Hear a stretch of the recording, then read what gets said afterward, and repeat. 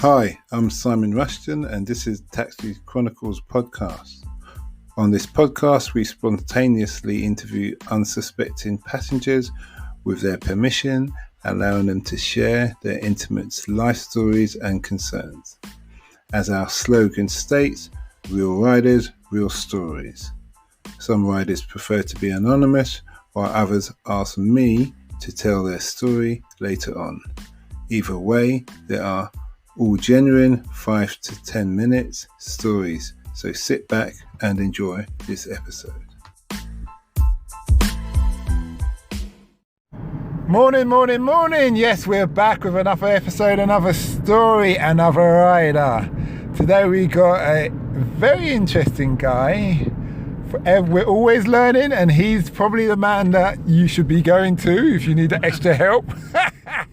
He's even offered to help me, so he knows. So you can know what that means. If he's able to help me, he can help anybody. But anyway, on a serious note, he's a tutor. He's an educated guy. I've picked him up educating these young posh kids down the rich part of town. So he must be doing something right. On another note, he's avid sports fan with his badminton and his healthy living. So it's going to be an interesting conversation. We've got a bit of time. It's 6:30 on a Sunday afternoon or Sunday night. Anyway, nice to have you here, Rishi. Thank you very much. This is by far the most interesting Uber ride I've ever had. Okay, that's good. So tell us, how did you get into being a tutor and what motivates you? Right, how did I get into being a tutor? I guess I've always had a passion for teaching, and I used to help out classmates and schoolmates in school back when I was 17, 18, and I guess I was a tutor then without even realizing it, because I'd always be the guy that people go to, and I'd help them, understand the work that they were struggling with. When I was at uni, I thought, let's make some money and do it as a part-time job to fund my degree, and I just fell in love with it. And after I finished uni, I decided to take it on full-time and actually make a business out of it. I did teach in a school for a short period of time, but I didn't feel the same connection, and I thought it was a lot of admin and paperwork rather than pure education teaching. So yeah, since I since I finished uni, I've just been tutoring. What degree did you do at uni? I've done a degree in physics, and then I did a degree in math as well. So I'm heavily science-based. Okay, so what did you want to be? Because it doesn't sound like you wanted to be a tutor. I didn't know, in all honesty, and I was a little bit of a sheep at the initial stages of my degree, and I just thought I'd do what everyone else wanted to go into and what everyone else talked about, which at the time was banking and finance. Okay. But as I grew up and as I started to think about these things myself at the age of 21, 22, I thought, well, I want to do something I really enjoy, and I did genuinely enjoy the teaching element. I just never thought of it as a career. So did you ever actually enter into banking? No. So you just went straight into teaching? Straight into tutoring, yeah. And you've been teaching for how long? Tutoring for how long? Including the part-time work at uni, about 12 years. Okay, I've set up my own business now, and I've been running that for 7 years. Okay, that's great. So tell us, what makes a good tutor? A good tutor, someone who can communicate well, and someone who has some empathy and understanding of the subject, and they're willing to discuss ideas, and someone who encourages the students to obviously get the answers, but not to not be afraid of getting the wrong answer and talking about why they get the wrong answer. Okay, that's good. Is there any student that you felt that you couldn't teach? Yes, a few down the line, and it was more of a forced situation where the parents forced the kid to be tutored, but the kid really wasn't interested. And if you can take the horse to the river, but you can't force them to drink, kind of situation, and it's just a waste of time and effort. So how do you deal with that then? I just tell the parents the situation, and if they're happy to continue paying for wasting time, then that's up to them. But I genuinely discourage the lessons to go any further, and maybe tell them that to revisit the idea when the student is either grown up a little bit more, matured, or realizes that they want to learn. Okay. It hasn't happened very often though, I have to admit. No, but it's good that you can recognise that, because some people would never, like you were speaking earlier about tutors from hell. Give us an example of a tutor from hell. A tutor from... So my company employs other tutors as well, and I've interviewed quite a few people who think that because they know how to, for example in math, obviously, if they know how to get an answer to a question, then they're qualified to be a tutor, but they can't explain how they got the answer. They don't understand the theory behind the topics. They don't know the syllabus. They literally just present questions and present answers. And I mean, you could YouTube that kind of stuff if you want. You could go online and find the answers to a lot of solutions. That's, in my opinion, not really a tutor. And if they can't communicate their ideas either, I don't really consider them to be a great teacher. What I'm thinking is, as a person who used to own a gym, and you're in avid fitness, they say fitness is 80% nutrition and 20% exercise. I've heard that, yeah. Okay.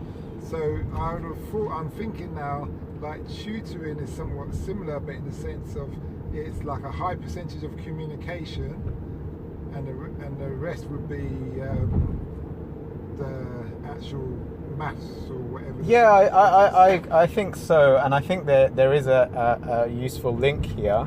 My ethos is it's not a good ethos from a business point of view, but I want to teach the student to not need me. That's my aim, because if I teach them well enough, they shouldn't need me after a certain point. So I want to teach them to think for themselves. That's the way I see it. Not getting the best mark in a test, or not being able to answer specific questions, but being able to look at something and say, how can I think through this using logic and facts and come to a conclusion myself? That's my aim. But that is actually the best ethos. That's like a dating app. Yeah. The app that's designed to be deleted. Yes. Meaning, you find love and go your way. Yeah, you've done the job. Yeah, you've done your job, and people always talk about something that's really positive, and they will remember, I've learned to read or write or understand this subject because of your services in that respect. So, yeah, no, it's interesting because it isn't a good financial model. But it is though. I think it's very successful. It is a good financial model, because the more people, you're always going to get people who are dumb, or let's say challenged. Less able. Yeah. I like that. I like that phrasing better. Yeah. So you're never going to run out of those people. That's true. So That's the main true. thing is to get them through. And if the way you get them through, and you have that mindset is, I don't want to teach you, I want you to be able to understand this and be able to do it yourself, help yourself. I teach, you come up with a slogan, yeah, and you've got your brand and everything, and bam, people think, oh, I like that. Yeah, no, I understand it from that point of view, and I completely agree with you as well. In terms of a pure sales point of view, though, I think that when you talk to people in sales and when you talk to people in marketing, you want to get high volume. Is that in this country, or would you? Because I always look at the Americans as on the cutting edge of sales. Okay. They're very good at marketing and all that. Yeah, kind of so thing. these are just people I've spoken to in this country. Yeah. So what I would say, going on, let's say, if I put American hat on, that's the kind of edgy sales statement that they want, that you would want to hit, especially as a customer. Yes. Because I think if you come to me and said, "Oh, I know you've got 4 kids, but I need to, they're all going to need tuition." I go, it's like, oh, my wallet is shaking. Yeah. But if you said, "Well, I teach in a way, I teach in a way," I can't think of a slogan now, but you see what I'm getting at, then I'll be like, "Oh, that sounds quite Yeah, good." no, that's interesting like to hear. A couple of months, maybe a couple of months, 3 months, yeah, then we don't need him. Yeah, then my wallet's back to normal. I don't think. That's interesting to hear. I'm fortunate enough to never have had that situation, because all my clients are elite. Wealthy. Yeah. Yeah. So money's not the issue, it's more get the job done. Yeah. Okay. Well, Well, if you ever come down to the lower echelons of life. So, well, it's interesting you mentioned that. Sales. I've started off a new website, which I'm trying to promote. It's called the Math Hangout, and that is to try and spread the word nationally, if not globally, at some point. But I want my math to be out there for anyone to be able to pick up, not just my clientele that I teach on a one-to-one level. Yeah. And that's my project at the moment. Yeah, so you could always have stuff out there that works on a level, and people can use it like an introductory free PDF. Yeah, that's exactly what it is. It's a lot of resources, and it's got my own twist and my own spin on the resources, which I've produced, and branded literature. Exactly that. And then if you really want tuition, then you get in touch. Pay the price. Yeah. You do the thing in that respect. Stuff. So you said you spoke about badminton. Yes. How does that work? How long have you been into it? Yeah, I've been playing badminton for years. It's not a very common sport that people talk about, but my dad played it when he was young, and I guess he taught me how to play it. I think that's how these things it's like the thing you play on the beach, get passed down. Or in the camp. Yeah, if you're playing casually, but no, I used to play for county, and I played on my university team. So I've played at a decent level. I'm getting a bit older and a bit wider now, so it's. But you keep it up, you'll stay slim. Well, so lockdown has affected badminton when sports centres closed and things like that. So it's been a while actually since. Go to the park and erect a net. No, that's not proper badminton. Or the wind will take the shuttle. Exactly. You can't. So when I train, I used to do drills and circuits and things like that, and you focus on technique and stuff like that. It's not just a knockabout in the park. Is it similar training to squash? I wouldn't know. I would assume the fitness element is probably similar. There's a lot of stopping and starting, isn't it? Well, so when I was playing at the university level, we would do 2 times a week dedicated just to footwork and movement. So the coach would be like, "Don't bring your racket to these sessions because you're not going to need it. We're just focusing on your fitness, your footwork, your speed, your, like you said, change of direction." That's like boxing. Yeah, probably. Boxing, yeah, I used to box, and you can do hours and hours of practicing footwork to get to muscle memory. If you look at Tyson, when Tyson goes to play around, or if you see him playing with his kids, he automatically goes into a pose. Right. Naturally, and it's a very wide squat, and then he kind of just glides. Yeah, I have to say the period of time I spent on my footwork was the most improved I ever got in terms of a player, because you can have all the shots, but if you're not in the right place at the right time, or you can't get to the right position fast enough, you can't play these shots. That's right. So yeah, also I see what you're saying there. Even martial arts in general, they say if you can't get your foot right, there's no point for any blows or any kicks, because you'll always be off balance. Yeah, I think a lot of sports are like that, right? If you're not in the right position and your footwork and speed isn't there. So what other activities are you in? Or furthermore, yeah, go. Holiday story from hell. Oh. Have you got any? You seem like a well-educated man. Not really. I mean, or do you have when you say hell, stag do's and things like that are kind of hell at the time, but they're also in the spirit of the moment and they're quite fun. Okay, or funny stories. Funny stories. A funny story from you, or a life and death situation. Life and death situation I've got. Okay. I quite like hiking and mountain climbing. So I've climbed Kilimanjaro about 3 years ago. One of the best times of my life. I loved it. And in training and preparation for that, we used to just go to random hills and mountains in the UK. Snowdon. I went to Snowdon. I've been there in the past, and there's a couple of routes up Snowdon, and I was feeling adventurous. We went with a group of 10. I was feeling adventurous, and good weather conditions. The weather conditions were good, okay. And there's one path called Crib Goch, and it's known to be a very dangerous / scary path. And I didn't know this. I just thought, yeah, why not? Let's just do it.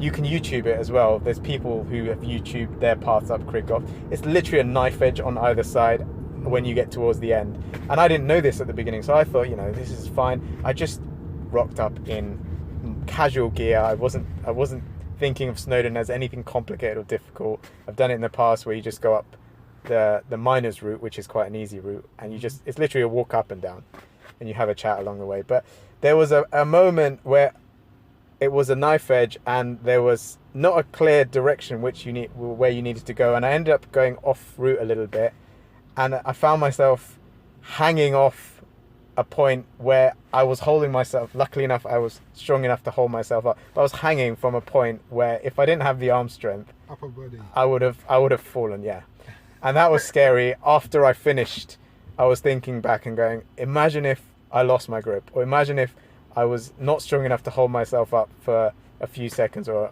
half a minute. Imagine if it was raining. And that too. So we went up there. I used to be in the military. And okay. Went up there as a part of the training exercise. Right. And we had our big Bergens on. You know Bergens? Not familiar with that. Packs. Okay. Like backpacks that the military carry. Just like a backpack, a civilian backpack. But it's camouflage and it's a lot bigger and you have a lot of weight in there. So we're all, I can't remember, maybe 100 of us all making our way up to go up this in a long trail, a long line. But the weather was really bad. And the weather was really bad, so what happened, it was just raining, and you saw some of the locals coming down, but it got rainy, there's like a mist or fog set in, you couldn't really see that far in front of you, so even though it's a single file, there's like people you couldn't see, and then some of the locals had turned back and were walking back. Now there's something we always taught in now by the snipers when we do the commando training, is that you always act like the locals. So if the locals don't go somewhere, you don't go there. True. If they do this, then makes sense. We was marching up there. Next thing I know, all I saw was this Bergen, and this one of the soldiers just going whoom straight down the hill. Because he's got the big pack on, but he's not that big built. So the wind has just took him off the edge. Right. And he's just going down, and he's been separated from his Bergen, and then he just banged his head on his rock. So we thought, oh, he's a goner. But he kind of sat up, head bleeding. It was like, you all right? So everybody else is trying to hang on for dear life now. Wow. And we're all like a turtle, you all go down. Yeah, of course. You lower your center of gravity. Yeah, of course. And there's all that kind of thing. But it's like, okay, it's time to go back. Someone go and get him, yeah? Wow, that is... And those kind of things, like, yeah, it was interesting. Happiest day in your life? Oh, you can remember. That's a hard question. Very hard question. Are you married? No, I'm not married. Okay, so I'm not married. I don't have kids. You don't have to worry about stuff like that. You don't have to worry about pleasing the wife. No, of course not. I'm gonna have to pass on that. That's really hard. You're gonna pass? Yeah, that's a hard question. Okay, what's the impact you want to have on the world? I want people to understand the uses and the fundamentals of math. I think it's so useful. I think the world is built on mathematics. I'm so into this and so passionate about this. We live in a mathematical world, yet the one question I hear from a lot of my students is, when am I ever going to use this, or what is this useful for when I'm trying to teach them math? Yet we live in a world built around mathematics. So yeah, that's true. I'll give you a brief story while you're thinking about your happiest moment. I was working with another guy, it's ex-military, and we were working on ships, and he was a sniper, and he was telling us how his girlfriend is a teacher. Okay. And she teaches with like troublesome children. And what he went in there, a bit like a open day, Father's Day kind of thing, but just to teach the kids. And he brought in his rifle, a sniper's weapon. Obviously he got permission, teachers, and he explained to these boys who were classed as ADHD and all of that. Okay. And he explained to them what a sniper's job is. And then he broke it down about the maths that need to have, because you've got to think about wind velocity, rain, distance, all these things like trigonometry and certain other things. No, definitely. Forces, exactly. And everything. And he said all these kids who are always classed as ADDT or whatever it is were totally focused. They were focused, they didn't say anything, they were just listening and all. It's because you make it relevant. Thank you. Yeah. So he said he doesn't believe in this HDAD. He just believes that it's like an excuse for teachers to get out clause, because your job as a teacher is to make it interesting for that student, that you can relate to them from where they're coming from. So if they're not interested, they won't pay attention. Do you see what I mean? I agree with that, but here's the pitfall with the educational system.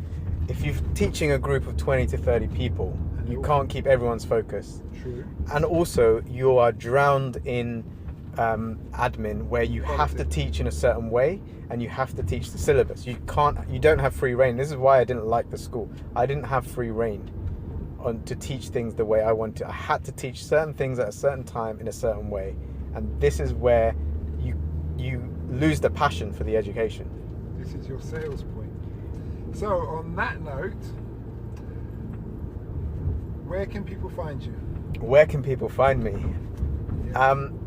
My site is not up and running yet, but it will be very soon, and it's going to be called the Math Hangout. Okay. Do you want to spell that? Yeah, the THE Math MATH, and then Hangout. So Like all one Google. word. All one word. No .com or .co.uk, that will work. You'll have all my details there. And hopefully, if things go well, I'll be starting a YouTube channel where I'll be performing math questions, test papers, solutions, all of the above. That's good. It's really interesting that you just randomly sprung this podcast on me, because I want to do some podcasts about education too. That's great. I think it's really relevant at the moment, especially with COVID happening, about education outside of school. I can hook you up with a teacher who's been working in Dubai, and she's like a specialist teacher. Okay. I think now she's retired. She's doing her own thing, but she'll probably want to interview you. Love to. Her podcast, and then you could work from there. Yeah, and love if to. you do need any help with your podcast or anything, give me a shout, and I'm happy to talk you through. Are you just going to be on website? Are you going to be on Instagram, Twitter? Yeah, no. So once my website goes live, I've got a Facebook page, I've got an Instagram page that will go live once the website's live, and you've saved your name. It's all the same. Yeah, it's the Math Hangout. All of it's going to be the Math Hangout. As long Hangout. as you save the name. Yep. Okay, that's all. That's perfect. That's perfect. Exactly. So, I want to just go back to one point before that you were talking about with making the math relative to the sniper and stuff like that. There's a few movies out there which I think are really, really interesting in terms of showing the world the uses of math. And I don't know if you've seen The Imitation Game. No. So The Imitation Game it's quite a new movie. Well, I'd say in the last few years. It's about a mathematician who helped decode the encryption system in World War II when we were fighting against Nazis, and he used math to build a machine.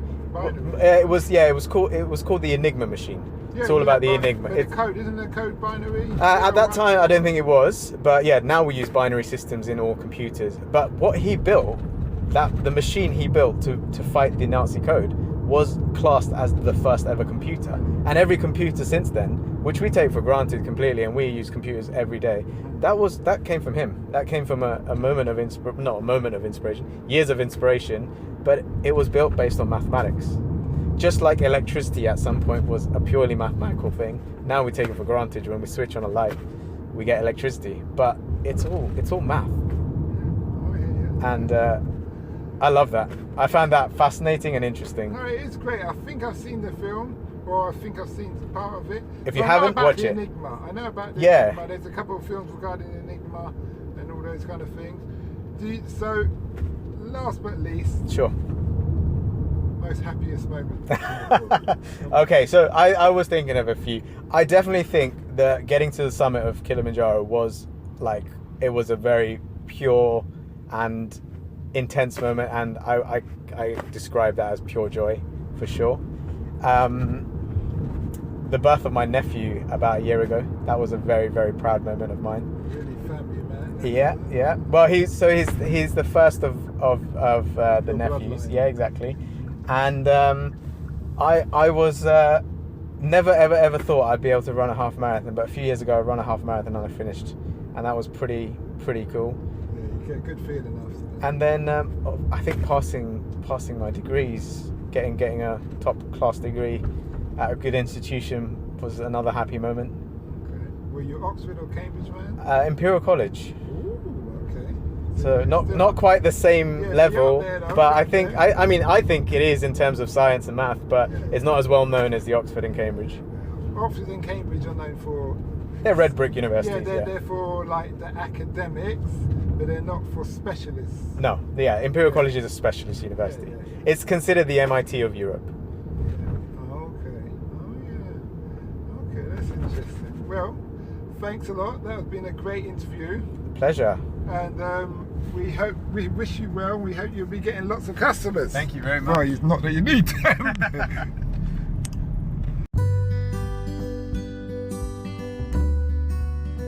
We hoped you liked that episode. Keeping in mind, we never know who we're going to interview.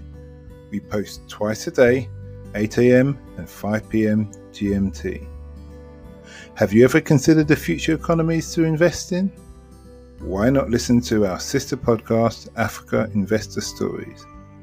Considering Africa has the fastest growing economies and population on Earth, and has done for many years, it holds 30% of the world's known natural resources. We publish twice a week, Tuesday with a guest investor, and Fridays talking about investment, politics and history, providing a clear understanding for any potential investor.